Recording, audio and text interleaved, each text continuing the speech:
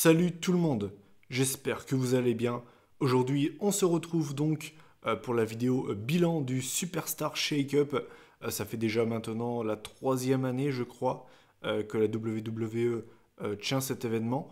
C'est-à-dire que tu prends un mixeur, tu mets un petit peu de Raw, un peu de SmackDown, tu mélanges le tout et ça te donne une nouvelle saison avec voilà, des changements en général assez importants. En tout cas, c'est ce qu'on espère à chaque fois qu'on a le Shake-Up.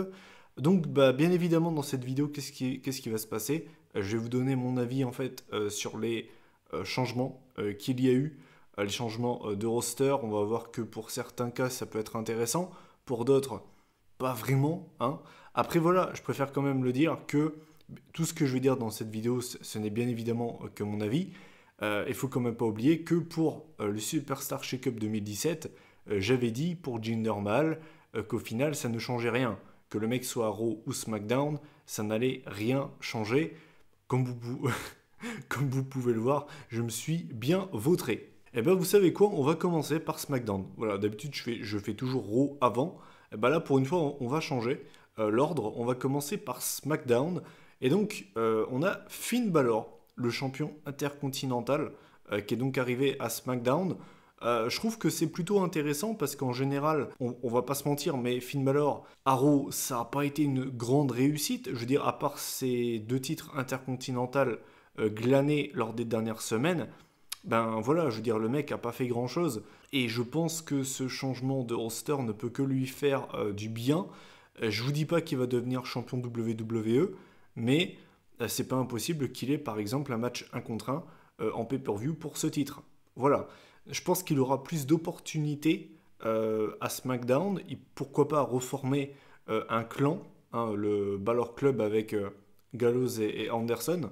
Mais tout ça pour dire que, selon moi, c'est un changement de roster qui peut être bénéfique pour Finn Balor. Donc je pense que c'est une bonne idée pour lui. Ensuite, autre changement de roster que j'ai trouvé intéressant, c'est Ember Moon, qui malheureusement n'a pas eu une année 2018 incroyable à Raw. Alors, bien évidemment, elle s'est blessée, donc ça n'a pas aidé non plus.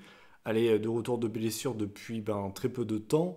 Donc, forcément, ça fait plaisir de la revoir parce que c'est une catcheuse vraiment talentueuse. Je pense que ce changement de roster va lui faire du bien. Faut pas oublier que Becky actuellement est dans les deux rosters vu qu'elle est championne de Raw et SmackDown. Mais par la suite, si jamais elle perd le titre de SmackDown par exemple, et qu'on a un Ember Moon Becky ou un Ember Moon Charlotte pour le titre, je suis désolé, mais ça aurait de la gueule. Donc je pense que ce changement de roster est bénéfique pour elle. Ensuite, on a Bayley qui est donc à SmackDown. Là aussi, je pense que ça peut être bénéfique pour sa carrière, en tout cas en tant que catcheuse solo. C'est vrai que son dernier titre de championne féminine remonte à maintenant 2 ans, je crois, si je me souviens bien. Elle l'avait perdu dans cette horrible rivalité contre Alexa Bliss. Donc voilà, ça fait 2 ans que la meuf n'a plus gagné un titre solo, donc c'est pas impossible qu'il tente de la remettre en avant dans les prochains mois. Je pense que vous savez ce que je pense d'elle, c'est pas une catcheuse que j'apprécie plus que ça. Maintenant, voilà, je pense que ce changement de roster, ça va lui faire du bien parce que c'est vrai que je crois que ouais, elle a jamais été à SmackDown depuis qu'elle est montée dans le roster principal. Donc c'est pas un move mauvais pour elle. Après voilà, je pense que vous savez ce que je pense d'elle. Personnellement, quand j'ai vu qu'elle arrivait à SmackDown, j'en avais un petit peu rien à foutre. Ensuite, on a Kairi Sane qui a été donc promu dans le roster principal et qui a donc été envoyé du côté de SmackDown. Et je trouve que c'est une bonne idée de l'avoir mis à SmackDown. Alors apparemment, elle est actuellement en équipe avec Asuka, gérée par Paige. Ce qui est d'ailleurs une bonne idée, je trouve, parce que voilà, Kairi Sane et Asuka, niveau anglais, c'est pas terrible. Niveau promo, c'est pas terrible. Donc leur mettre une manageuse, en plus de ça, Paige, je trouve que c'est une bonne idée. Honnêtement, je trouve que c'est pas une mauvaise idée. Surtout que Paige, c'est une catcheuse qui est talentueuse. Et en tant que général manager de SmackDown, je trouve qu'elle faisait vraiment un bon travail. Donc la revoir sur mes écrans, ça me fait plaisir. Et puis la mettre en tant que GM de Asuka et Kairi Sane, je trouve que c'est une bonne idée. Après, Kairi Sane en elle-même, je pense que vous le savez, c'est pas ma catcheuse préférée, loin de là. Je suis pas un très très grand fan de sa gimmick. Voilà, la Jack Sparrow au féminin, c'est pas. Voilà, je suis totalement insensible à son personnage. Mais voilà, c'est, je trouve, une bonne décision de l'avoir envoyé à SmackDown. Ensuite, on a Lars Sullivan qui apparemment est à SmackDown. Je dis apparemment parce que le mec a fait une apparition à Raw et également à SmackDown. Mais apparemment, je dis bien apparemment, il est à SmackDown. Donc, je trouve que c'est... là, j'ai pas vraiment d'avis en fait. Je sais pas vraiment quel roster pourrait être le plus bénéfique pour lui. Si jamais il est réellement à SmackDown, je vois totalement d'ici la fin d'année un Lars Sullivan Roman Reigns pour le WWE Championship. Lars Sullivan, j'ai pas réellement eu l'occasion de donner mon avis sur lui, mais c'est vrai que c'est pas un catcheur que je trouve incroyable dans un ring. Il s'est pas réellement beaucoup amélioré, hein, parce que bon, ça fait quand même un moment qu'on le voit sur les écrans de la WWE, et c'est vrai que je le trouve quand même encore très très green. Donc voilà, je suis pas un immense fan de Lars Sullivan, surtout que voilà, je ne sais pas si vous avez vu tout ce qui s'est passé autour de lui, ce qu'il a pu mettre sur les forums dans le passé. Alors certains me diront que ça remonte à il y a très très longtemps, mais il y a quand même des messages qu'il a postés à l'époque qui sont quand même très très très moyens. Ça a l'air d'être une bonne merde, hein. Je parle bien de la personne et non du catcheur. Donc voilà, voyons voir ce qu'ils vont faire de lui. Pour l'instant, le mec s'est attaqué à Mysterio, à Kurt Angle. Il a même failli s'en prendre à Carmella. Donc je ne sais pas vraiment ce qu'ils vont faire de lui pour les prochaines semaines, prochains mois. Je pense qu'ils vont y aller tout doucement au début. Et je pense que progressivement, il va se rapprocher de la main event scene. Donc wait and see pour le cas Lars Sullivan. Ensuite, on a Elias, et alors là, je vais être expéditif sur lui. Je n'ai aucun avis, tout simplement car je suis totalement saoulé de Elias. Le talent du mec est là, c'est-à-dire que le mec sait jouer avec un public, ça, il n'y a pas de souci. Le personnage du je fais de la guitare, j'arrive jamais à finir mon concert, j'en ai marre. Voilà, je sais pas si je suis le seul, mais je n'en peux plus. C'est insupportable, genre... c'est toujours la même chose. C'est toujours la même chose. Le mec n'a aucune rivalité marquante, aucun match référence depuis qu'il est monté dans le roster principal. Au bout d'un moment, moi j'en ai plein le cul. Je vais être franc avec vous. Elias, j'en ai marre de chez marre. Donc j'espère vraiment qu'ils vont arrêter et commencer à lui donner quelque chose de concret. Parce que pour moi, Elias, c'est un petit peu comme Apollo Crews. Tu me demandes, Mathieu, est-ce que tu peux me citer une rivalité marquante de Elias ou bien même un match référence, seulement un seul? Je suis incapable. Donc voilà, ça me fait chier parce que le talent du mec est quand même là, mais ils font n'importe quoi avec. J'ai l'impression qu'ils savent vraiment pas quoi faire de lui, et c'est bien dommage parce que le talent du mec est présent. Ensuite, on a Roman Reigns, le Big Dog. C'était ça, le fameux annoncement de Vince McMahon, le plus grand draft de l'histoire de SmackDown. De toute façon, Roman Reigns, qu'il soit à Raw ou SmackDown, tu sais très très bien que ça va être la tête d'affiche de ton show. Donc, on va certainement bouffer du Roman Reigns WWE Champion dans les prochains mois. J'espère réellement que c'est pas lui qui va battre Kofi pour le WWE Championship. J'espère vraiment que ce sera Big E. D'ailleurs, voilà, je pense que vous l'avez vu. Big E est soi-disant blessé. Je dis bien soi-disant. Personnellement, quand la news est tombée, j'ai eu un gros doute là-dessus. Moi, personnellement, si vous voulez mon avis, ma théorie du complot, je pense que Big E n'est pas blessé, que c'est un work. Je pense en fait que Big E va trahir Kofi et Xavier Woods. En fait, il va dire, voilà, je suis à peine parti une semaine. Vous m'avez déjà remplacé par Kevin Owens. Je pense que Kevin Owens va rester avec Kofi et Xavier pour les prochaines semaines. Et ça m'étonnerait même pas que Big E fasse une apparition à Money in the Bank, attaque l'un des participants, lui vole sa place, gagne la mallette, et que derrière on part vers un Big E contre Kofi Kingston pour le WWE Championship à SummerSlam. Je vais pas vous mentir que c'est réellement ce que j'ai envie de voir. Donc voilà, c'était la petite parenthèse. Kofi Kingston, Big E, tout ça. Mais pour ce qui est de Roman Reigns, tout ce que je demande, c'est que j'espère vraiment qu'ils vont essayer de mieux le booker que quand il était à Raw, parce que voilà, je pense que son booking à Raw a saoulé tout le monde. Donc j'espère qu'à SmackDown, ils vont mieux s'en servir. Ensuite, on a Buddy Murphy. Alors là, je vais pas m'y attarder très longtemps. C'est un catcheur que j'aime beaucoup. Je pense que c'est l'un des meilleurs catcheurs à la WWE. Ça va être assez intéressant de voir ce qu'il compte en faire dans les prochaines semaines, prochains mois. Je cracherai pas sur un Buddy Murphy Finn Balor pour le titre intercontinental ou bien même un Murphy Ali pour le titre IC, ça pourrait être absolument génial. Donc reste à voir ce qu'il compte faire de Buddy Murphy, mais j'espère réellement qu'il sera utilisé à sa juste valeur parce que honnêtement, en termes de in-ring, c'est très clairement l'un des meilleurs catcheurs de la WWE. Ensuite, on a Liv Morgan qui a été séparé de Sarah Logan et Ruby Riott. Alors là, j'en pense à rien, c'est-à-dire que ça m'en touche l'une sans faire bouger l'autre, j'en ai strictement rien à secouer. Liv Morgan, là pour moi, c'est le début de la fin. Déjà que le Riot Squad avait besoin, selon moi, d'être séparé, parce que c'était des jobbers et voilà quoi, ils faisaient du surplace. Alors là, Liv Morgan solo, honnêtement, ça pue du cul pour elle, genre vraiment. Je pense que la meuf va rien faire, genre vraiment rien faire. Et là, pour le coup, si la meuf rebondit et gagne le titre, ou bien si elle est dans une faction importante à SmackDown, honnêtement, je serais le premier surpris. Non, sérieusement, sans déconner, Liv Morgan, ça sent vraiment pas bon pour elle. Ensuite, on a Chad Gable. Alors lui, c'est un petit peu pareil. J'ai pas beaucoup d'espoir, malheureusement pour lui. C'est un catcheur que j'aime bien, qui est vraiment sous-coté. C'est l'un des meilleurs catcheurs à la WWE. Il est vraiment capable de faire des matchs très très fun contre n'importe quelle sorte de gabarit. Malheureusement pour lui, j'ai pas beaucoup d'espoir. Je pense pas qu'ils vont en faire grand chose. Et c'est bien dommage parce que je me répète, mais c'est vraiment un catcheur de qualité. Son seul espoir, selon moi, pour rebondir vraiment, ce serait qu'il forme une équipe à SmackDown avec qui, je ne sais pas, pourquoi pas Apollo Crews, je sais pas, mais la vérité, voilà, j'ai pas beaucoup d'espoir pour lui. Ensuite, on a justement Apollo Crews.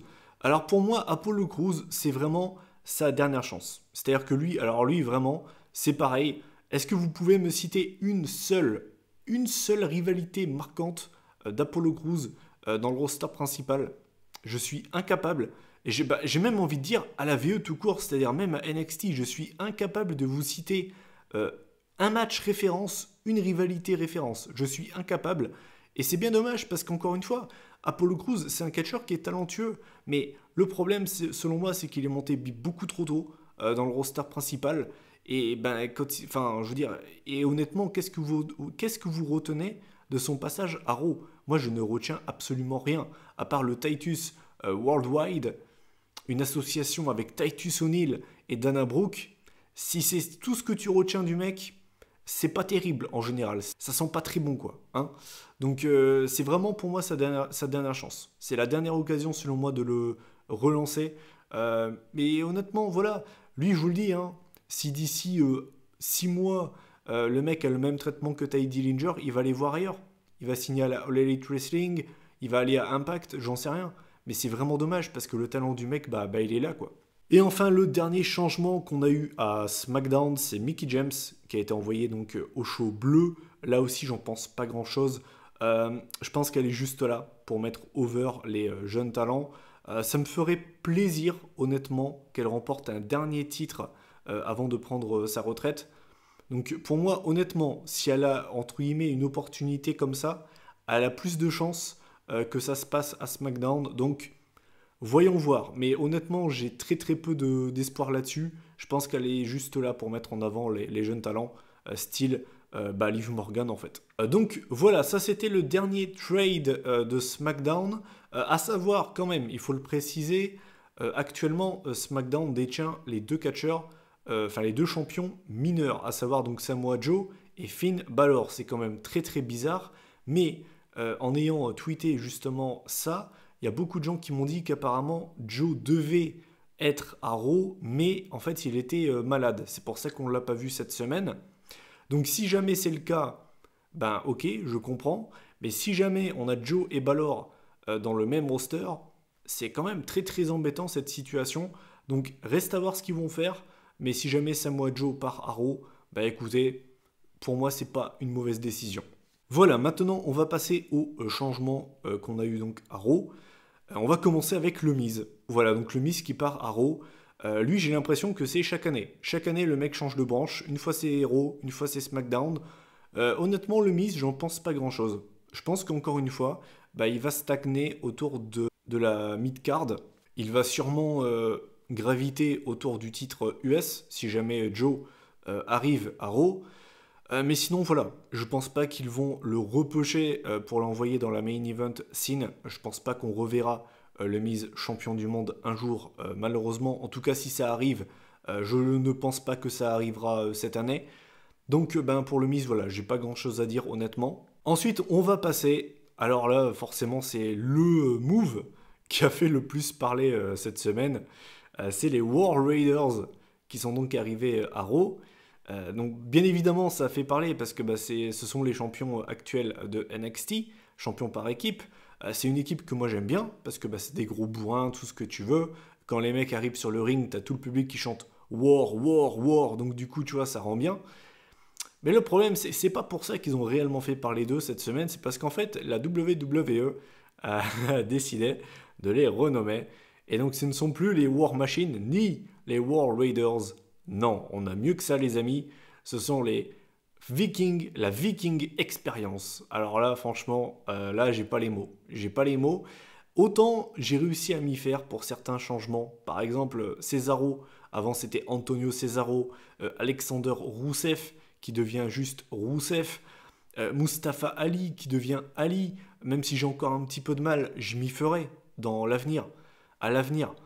Mais là, franchement, ça, les gars, même dans un an, je pense que quand je vais me poser 2 secondes et regarder le nom de cette équipe, je vais rigoler. De Viking Experience. Est-ce que quelqu'un peut me citer un nom d'équipe plus pourri que ça actuellement? Sans déconner. T'as l'impression que c'est une attraction dans un parc. T'as l'impression d'être à Disneyland, sans déconner. Qu'est-ce que c'est que cette merde? Rendez-nous War Raiders, s'il vous plaît, parce que là, non, mais là, faut vraiment en parler. C'est horrible. C'est vraiment horrible. Les mecs ont changé de nom aussi. Ça, c'est nouveau. Alors, autant, tu vois, les mecs qui peuvent arriver dans le roster principal, tu vois, les mecs qui se disent, bon, allez, on va changer de nom, le nom de l'équipe, ça peut être crédible. Mais là, carrément, les mecs ont changé de prénom. c'est c'est n'importe quoi. C'est n'importe quoi. Non, mais voilà, j'en rigole. Vaut mieux en rire, hein, faut pas en pleurer. Mais la vérité, le charisme de l'équipe, il y a déjà la moitié qui vient de s'envoler, quoi. Rien qu'avec le changement du nom, c'est terrible, mais c'est terrible. Non, voilà, j'ai pas grand-chose à dire. Moi, c'est une équipe que j'aime bien. J'espère qu'ils vont pas jobber, hein, quand tu vois ce qu'ils ont fait de Sanity, par exemple. J'espère qu'ils vont être utilisés à leur juste valeur. Mais vraiment, ce changement de nom, je vais pas réussir à m'y faire, hein, désolé. Ensuite, on a Cédric Alexander, donc envoyé à Raw. Même discours que pour Buddy Murphy. Reste à voir ce qu'ils vont en faire. Moi, je pense que c'est une bonne idée. C'est une bonne chose. Cédric Alexander, pareil que pour Buddy Murphy, c'est un excellent catcheur. Donc, l'envoyer à Raw, selon moi, c'est pas une mauvaise idée. Reste à voir ce qu'ils vont faire. Bien évidemment, Cédric Alexander ne pourra pas miser la main event scene.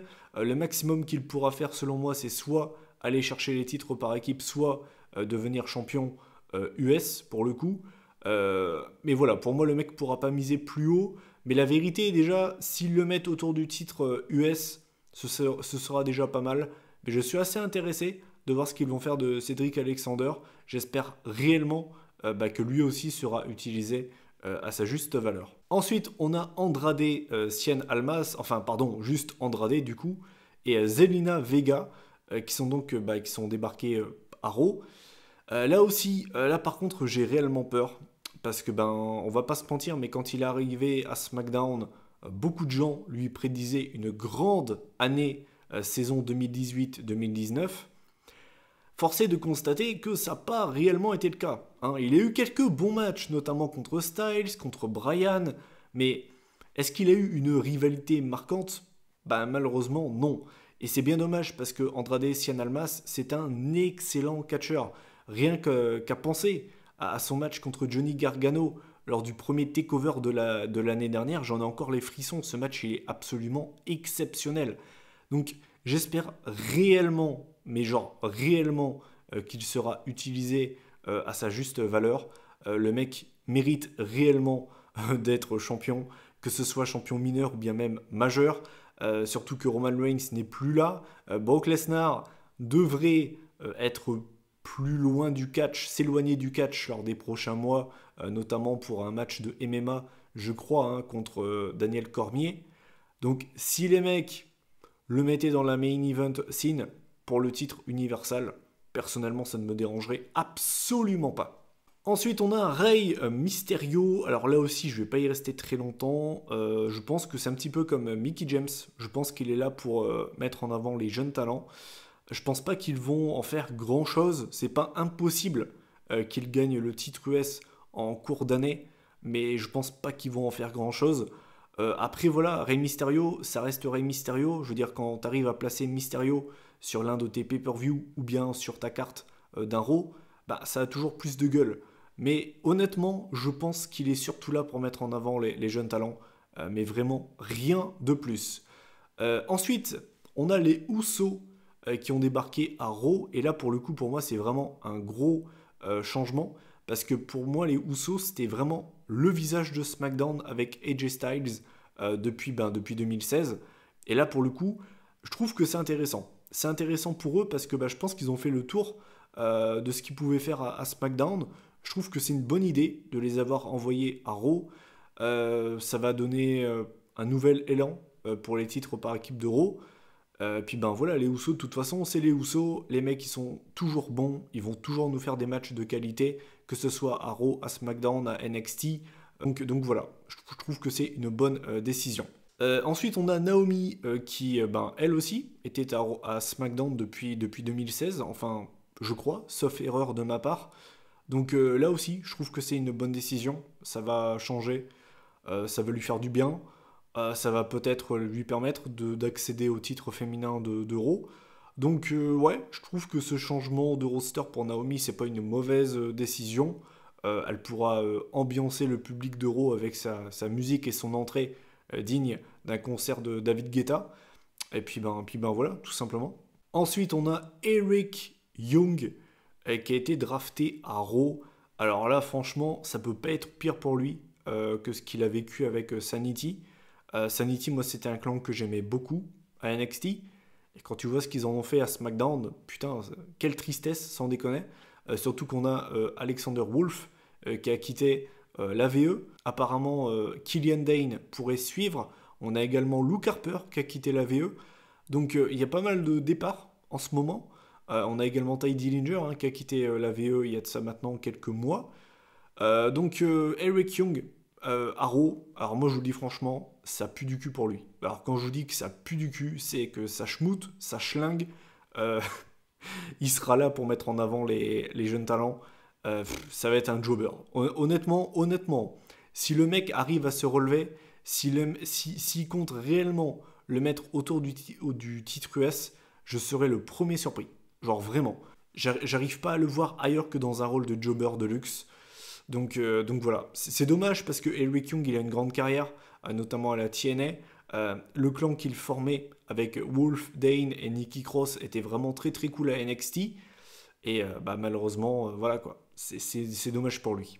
Ensuite, on a Lacey Evans qui est donc qui est resté à Raw du coup. J'en pense pas grand chose. Personnellement, à NXT, j'étais pas fan d'elle.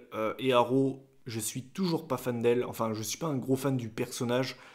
Donc voilà, voyons voir ce qu'ils vont faire avec. Là, apparemment, ça sent le match contre Becky Lynch à Money in the Bank.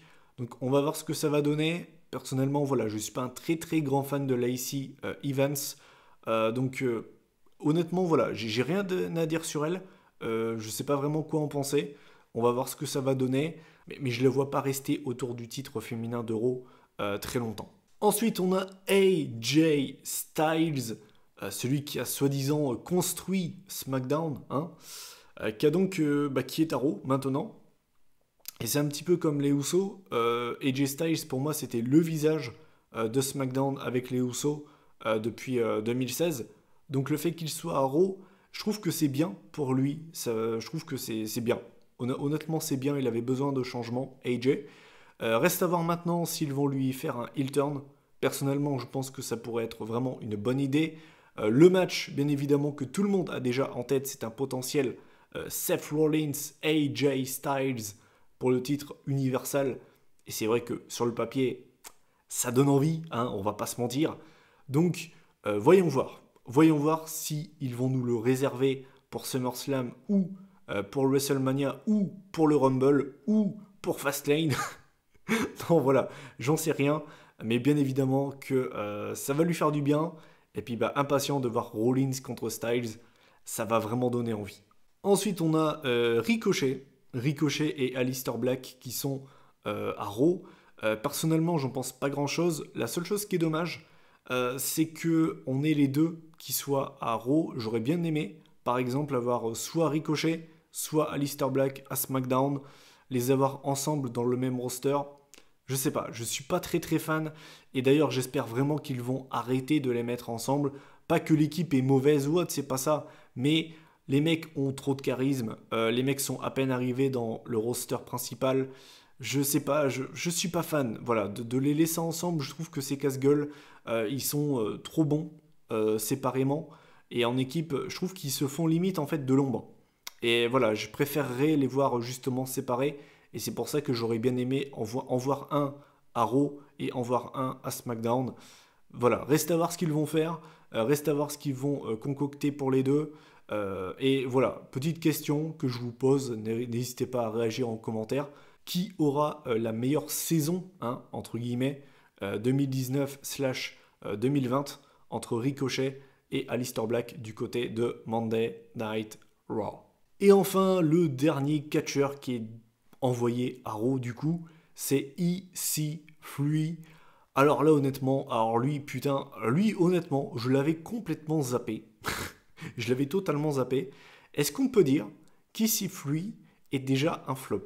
Est-ce que c'est trop tôt pour le dire ou est-ce qu'on peut déjà dire que c'est un flop? Parce que l'air de rien, le mec est arrivé en même temps que les Heavy Machinery, Nikki Cross, tout ça, Aleister Black, Ricochet. Bah alors lui, vraiment, c'est... non seulement on l'a très peu vu, mais les rares fois où on l'a vu, c'était dans des segments ou des matchs de merde. Donc pour le coup, pour l'instant, EC3, c'est quand même un gros flop. Surtout que je me souviens que quand il est arrivé dans le main roster, il y a beaucoup de gens qui pensaient justement qu'il allait recevoir un push, mais direct, juste pour sa plastique. Eh ben pour l'instant, le push, il est loin de l'avoir. Hein. Là, pour le coup, c'est chaud. Là, c'est vraiment chaud pour lui. Donc, bah, honnêtement, j'ai aucun avis. J'ai aucun avis sur EC3. J'attends de connaître votre avis sur, pour l'instant, le début de carrière dans le roster principal de EC3. Je pense honnêtement qu'il aurait dû garder son nom de Derrick Batman quand il était à NXT. Parce que pour l'instant, EC3, ben, c'est pas aussi, c'est encore pire que les Vikings Experience. C'est vraiment chaud pour lui.